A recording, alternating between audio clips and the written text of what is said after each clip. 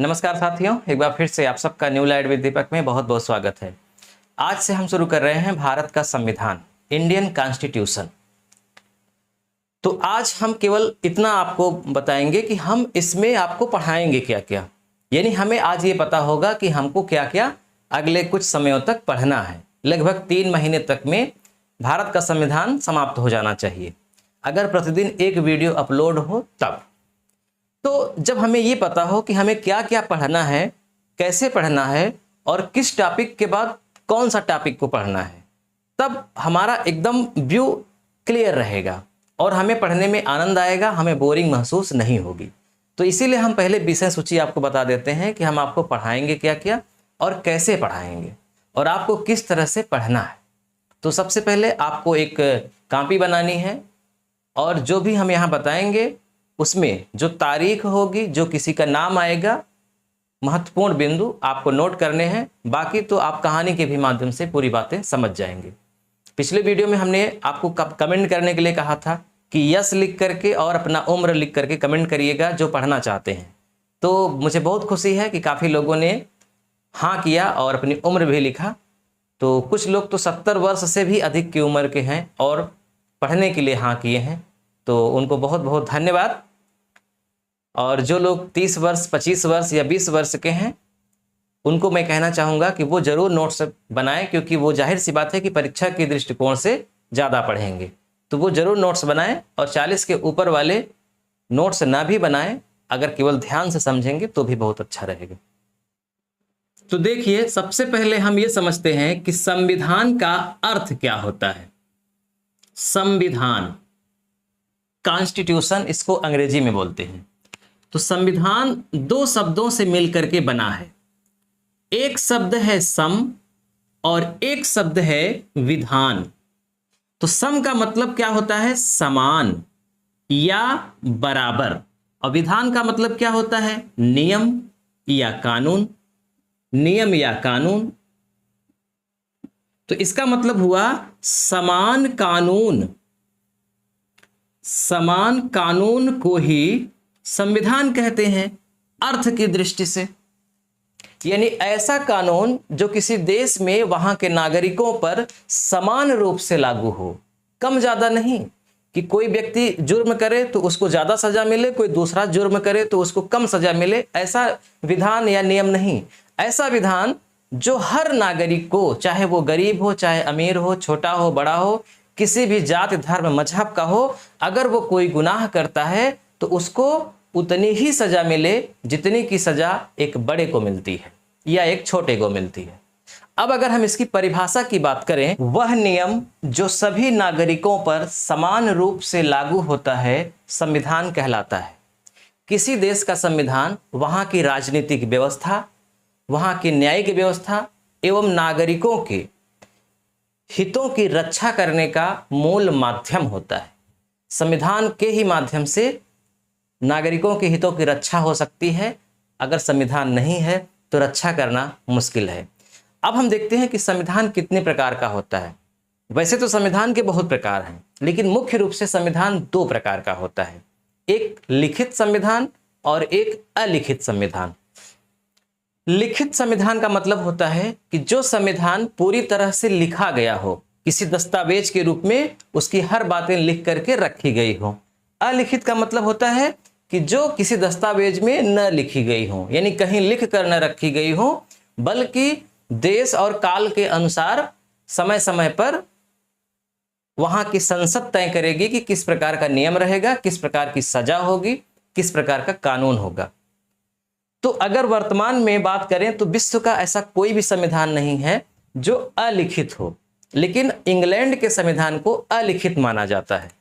लेकिन वहां का भी संविधान की बहुत कुछ बातें लिखी गई हैं, हालांकि पूरी बातें नहीं लिखी गई हैं, लेकिन कुछ बातें लिखी गई हैं, इसलिए वहां अभी भी हम उसको अलिखित संविधान कहते हैं। बाकी के जितने भी दुनिया के देश हैं सब में लिखित संविधान है।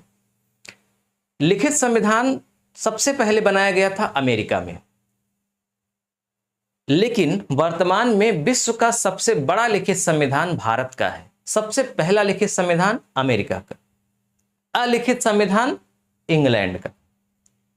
अब आपके मन में एक प्रश्न उठ रहा होगा कि यहाँ का संविधान अगर लिखा भी नहीं गया है, ऐसे ही है, समय काल के अनुसार बदलता रहता है, फिर भी वो सबसे सभ्य देश वर्तमान में माना जाता है कि नहीं? जब शांति का जो इंडेक्स आता है उसमें नंबर 1, नंबर 2, नंबर 3 पे रहता है। भारत तो 100 के बाद रहता है, जबकि यहाँ लिखित संविधान है। तो जब यहाँ लिखित संविधान है फिर भी यहाँ इतनी विसंगतियां हैं, वहाँ अलिखित है फिर भी इतना अच्छा कैसे है? तो उसका कारण क्या है? एक बार जब डॉक्टर भीमराव अंबेडकर से पूछा गया कि हमारे देश का संविधान कैसा होना चाहिए, तो उन्होंने बहुत अच्छा जवाब दिया। उन्होंने कहा कि देखिए, संविधान देश पर डिपेंड करता है। जिस देश के नागरिक अच्छे हों, उस देश का संविधान अगर ठीक से भी न लिखा जाए, यानी कम सही भी संविधान हो, फिर भी वहां की व्यवस्था बहुत अच्छी होगी, क्योंकि वहां के नागरिक अच्छे हैं। लेकिन जिस देश के नागरिक बुरे हों, उस देश में चाहे जितना अच्छा संविधान लिख दिया जाए, वहां की व्यवस्था अच्छी नहीं हो सकती। इसलिए देश को अच्छा बनने के लिए संविधान का अच्छा होना जरूरी नहीं है, नागरिकों का अच्छा होना जरूरी है। मैं अपने विषय सूची पे अभी आ रहा हूं, मैं अभी आपको बताता हूं कुछ समय के बाद कि हमको क्या क्या पढ़ना है, कैसे पढ़ना है। लेकिन पहले कुछ दृष्टि क्लियर हो जाए कि हम लोग किस वे में जाने वाले हैं, तब ज़्यादा मजा आएगा पढ़ने में। देखिए, ऐसा उन्होंने क्यों कहा? पहली बात तो ये जान लीजिए कि डॉक्टर भीमराव अंबेडकर अकेले व्यक्ति नहीं थे जो संविधान लिखे थे, उनके साथ बहुत लोग थे। बेशक उनकी सबसे ज़्यादा भूमिका इसमें है। क्यों भूमिका है?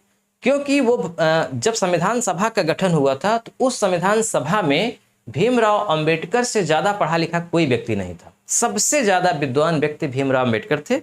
उनके बाद BN राव थे जो संवैधानिक सलाहकार थे। तो ऐसा उन्होंने क्यों कहा कि जिस देश के नागरिक बुरे हों, उस देश का संविधान अच्छा होने पर भी व्यवस्था अच्छी नहीं होगी? इसका कारण पीछे अगर जाएं, इतिहास पढ़ें, तो उसमें मिलता है। 1829 में जब सती प्रथा पर रोक लगाई गई डॉक्टर राजा राम मोहन राय के प्रयासों से, तो उस रोक के पहले तक क्या व्यवस्था थी? ये व्यवस्था थी, कोई पुरुष अगर मर जाए तो उसकी पत्नी को उसके साथ चिता पर जलाया जाता था, और इसको धर्म ग्रंथों से जोड़ा गया था। ऐसा लिखा गया था धर्म ग्रंथों में कि जो पत्नी पति के साथ सती हो जाती है, वह पति के साथ स्वर्गलोक में 3 करोड़ 52 साल, 3 करोड़ 52 लाख वर्ष तक रहती है।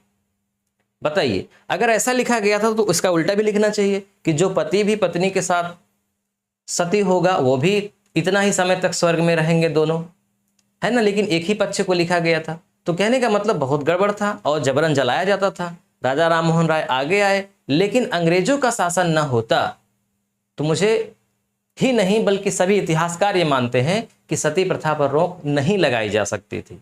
सती प्रथा पर रोक अंग्रेज जितने जिम्मेदार हैं, उतने ही राजा राम मोहन राय, दोनों के प्रयासों से सती प्रथा पर रोक लगी थी। इसके बावजूद भी जब ये रोक लगी ब्रिटिश साम्राज्य में, केवल ब्रिटिश साम्राज्य पे रोक लगी थी, बाकी जगह ये व्यवस्था थी। तो राधाकांत देव नाम के व्यक्ति थे, वो इसके खिलाफ एक सभा आयोजित किए थे, और उस सभा का नाम था धर्म सभा, और धर्म सभा के माध्यम से इसका विरोध किया था। उन्होंने कहा था कि हमारे धर्म के साथ हस्तक्षेप कर रहे हैं, खिलवाड़ कर रहे हैं, इसमें हम बदलाव नहीं चाहते, सती प्रथा बनी रहनी चाहिए। बहुत प्रसंग है भारत का। जब आप सांस्कृतिक पुनर्जागरण पढ़ेंगे, सामाजिक सुधार पढ़ेंगे, सोशल रिफॉर्म पढ़ेंगे, तो आपको पता चलेगा कि यहीं के लोग गंदे काम भी करते थे और उन्हीं में से लोग आगे आकर के सुधार भी करते थे, क्योंकि राजा राम मोहन राय, ईश्वरचंद्र विद्यासागर, स्वामी दयानंद सरस्वती सब यहीं के थे। खैर, आते हैं अपने टॉपिक पर। अब हम ये समझते हैं कि हमको पढ़ना क्या क्या है। तो सबसे पहले ये जान लीजिए कि जो संविधान है 26 जनवरी 1950 को जब लागू हो गया पूरी तरह से भारत में, उस समय संविधान में भाग थे 22, सूची थी 8, यानी 22 भाग 8 सूची और अनुच्छेद 395 थे उस समय। वर्तमान में भाग 22 ही हैं, लेकिन अनुसूचियों की संख्या हो गई है 12, यानी कि 4 अनुसूचियां अब बढ़ गई हैं और अनुच्छेद 395 ही हैं। यानी परीक्षा में कभी आए कि वर्तमान संविधान में कितने अनुच्छेद हैं, तो 395। कितनी अनुसूची हैं? 12। कितने भाग हैं? 22। लेकिन व्यवहारिकता में अगर देखा जाए तो 25 भाग हो गए हैं, अनुसूची 12 है और लगभग अनुच्छेद 450 से ज्यादा है। लेकिन 450 नहीं पढ़े जाते हैं, यानी कि 395 के बाद नहीं पढ़ा जाता, 396 397 नहीं पढ़ा जाता। कारण ये है कि जो संविधान संशोधन करके नए नए अनुच्छेद जोड़े गए हैं वो इन्हीं में जोड़े गए हैं। जैसे एक अनुच्छेद है 243, तो इसी में 243 में ही बहुत अनुच्छेद जोड़ दिए गए, 243A, 243B, 243C, ऐसे। इसी तरह से अनुच्छेद 51 का जो है उसमें भी बहुत जोड़े गए। तो कुल मिला के 396 नहीं किया गया, इसी में नए जोड़े गए, तो इसलिए 395 ही है। लेकिन गिनती 450 हो गई है और यहाँ 25 हो गई है। तो हम 22 भाग, 12 अनुसूची और 395 अनुच्छेद पूरा पढ़ेंगे। कैसे पढ़ेंगे देखिए, जैसे हम शुरू करते हैं भाग 1। भाग 1, तो भाग 1 कोई अलग से पाठ नहीं है, बल्कि भाग 1 अनुच्छेद 1, 2, 3 और 4 को ही कहते हैं। यानी अनुच्छेद 1 में जो लिखी गई हैं बातें, 2 में, 3 में, 4 में जो बातें लिखी गई हैं, उन सब को मिलाकर के भाग 1 पढ़ा जाता है। इसी तरह से जब आप भाग 2 पढ़ेंगे तो वहां पर अनुच्छेद 5 से 11 तक आएगा। यानी अनुच्छेद 5 से 6, 7, 8 होते होते 11 तक जब आप जाएंगे तो उन सब को मिला देंगे तो उसे भाग 2 पढ़ा जाएगा। इसी तरह से जब भाग 3 में जाएंगे तो अनुच्छेद 12 से 35 तक के जितने अनुच्छेद हैं उनको मिला के भाग 3 बनाया गया है। तो ऐसे ऐसे हम 22 भाग तक जाएंगे और 395 अनुच्छेद इसी में समाहित हो जाएंगे। अब देखिए, पहले भाग में जो 1, 2, 3 अनुच्छेद हैं उसमें हम क्या पढ़ेंगे? उसमें हम पढ़ेंगे कि हमारे देश का नाम क्या है। तो हमारे देश का नाम भारत है और अंग्रेजी में इंडिया है। सिर्फ 2 ही जिक्र किया गया है संविधान में, भारत और इंडिया। तो अपने देश के बारे में पढ़ेंगे, इसमें कितने राज्य हैं, जब संविधान बना उस समय कितने राज्य थे, कितने प्रकार के राज्य थे, अब कितने हो गए हैं, नए राज्यों का जन्म कैसे होता है, उनके सीमा में संशोधन कैसे होता है, नए राज्यों का पुनर्गठन कैसे होता है, नाम में कैसे बदलाव होता है, ये सब कुछ डिटेल में हम भाग 1 में पढ़ेंगे। भाग 2 में हम पढ़ेंगे नागरिकता। कोई भी व्यक्ति भारत का नागरिक कैसे बन सकता है और उसकी नागरिकता कैसे समाप्त हो सकती है। अभी जो चर्चित मामला था CAA, NRC, इसका भी जिक्र यहीं पर आएगा। इसका भी संबंध अनुच्छेद 5 से 11 तक ही है।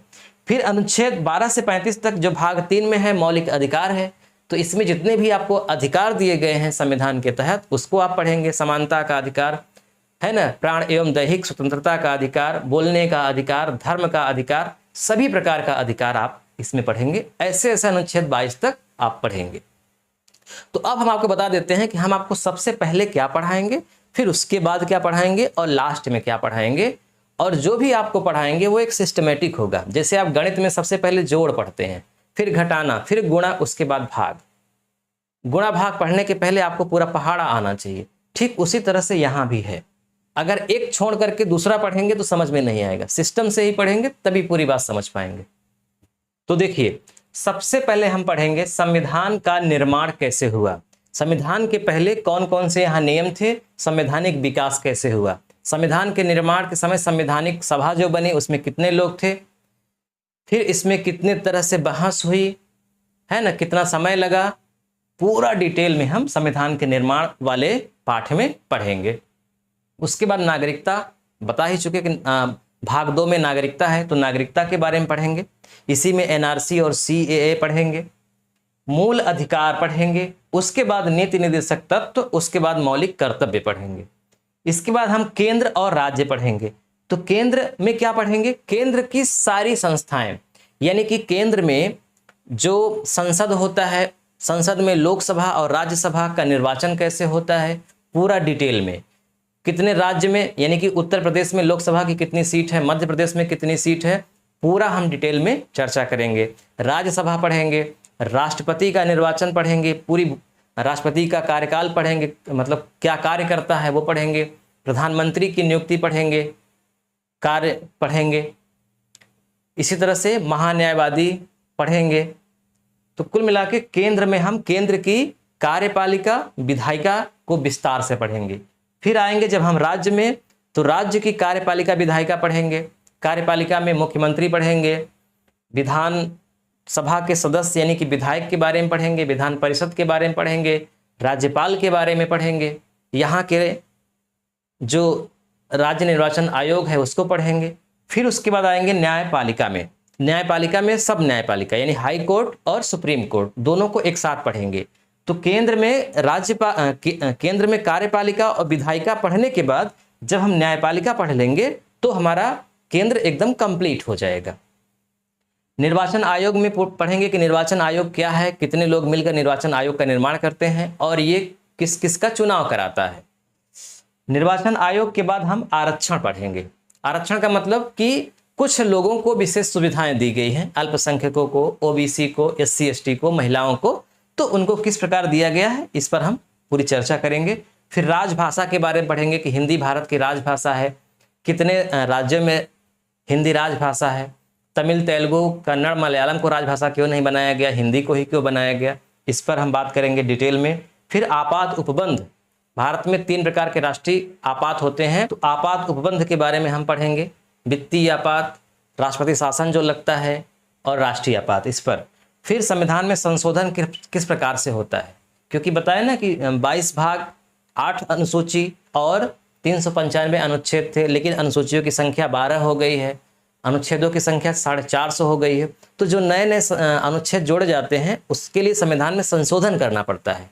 तो संविधान में संशोधन कितने प्रकार से होता है और ये कहाँ के संविधान से इसको लिया गया है, इसको पढ़ेंगे। फिर लास्ट में हम पढ़ेंगे राजनीतिक दल। भारत में जितने भी इस समय राजनीतिक दल हैं उनका निर्माण कैसे हुआ और कब कब वो संस्थाएं अस्तित्व में आई, जैसे कि बीजेपी है, तृणमूल कांग्रेस है ना, बहुजन समाज पार्टी है, मुख्य कांग्रेस जो है, आम आदमी पार्टी, जितनी भी मुख्य रूप से पार्टियां हैं भारत में, उनका जन्म कैसे हुआ इसको हम लोग देखेंगे। तो अगर राजनीतिक दल और संविधान का निर्माण से लेकर के राजनीतिक दल तक जितना भी हमने लिखा है, ये मुख्य बातें हमने लिखी हैं, इसको जब हम इसकी व्याख्या करेंगे तो बहुत समय लगेगा।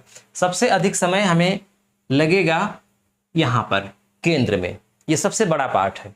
इसके बाद राज्य में भी समय लगेगा और मूल अधिकार में भी समय लगेगा। तो अगर मैं इन तीनों को जोड़ दूं तो मुझे लगता है कि जितना पूरे संविधान को पढ़ाने में समय लगेगा उसका आधा समय इन तीनों पाठ में लगेगा, क्योंकि मूल अधिकार बहुत बड़ा पाठ है और बहुत महत्वपूर्ण है। संविधान में अगर मूल अधिकार नहीं समझे तो संविधान पढ़ना बेकार है। मूल अधिकार के लिए ही संविधान है, सबसे बड़ी बात यह है। तो मूल अधिकार, केंद्र और राज्य, ये तीनों इसकी आत्मा है। बाकी छोटे छोटे टॉपिक है। न्यायपालिका भी जल्दी ही समाप्त हो जाएगी, निर्वाचन आयोग एक ही लेक्चर में समाप्त हो जाएगा। तो अब हम कल से शुरुआत करेंगे और पहले पार्ट का नाम है संविधान का निर्माण।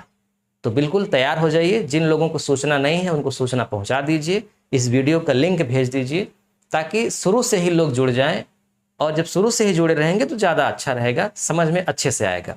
और इसके लिए मैं एक अलग से प्लेलिस्ट बना रहा हूँ। जब आप प्लेलिस्ट में जाएंगे तो आपको वहाँ मिल जाएगा भारत का संविधान, और उसमें लिखा रहेगा पहला दिन, दूसरा दिन, तीसरा दिन। तो अगर बीच में कोई छूट भी जाता है तब भी आप प्लेलिस्ट में जाएंगे तो आपको क्रम से मिलेगा। ठीक है, तो आप कभी भी उसको देख सकते हैं। ठीक है, मिलते हैं नेक्स्ट वीडियो में, तब तक के लिए नमस्कार।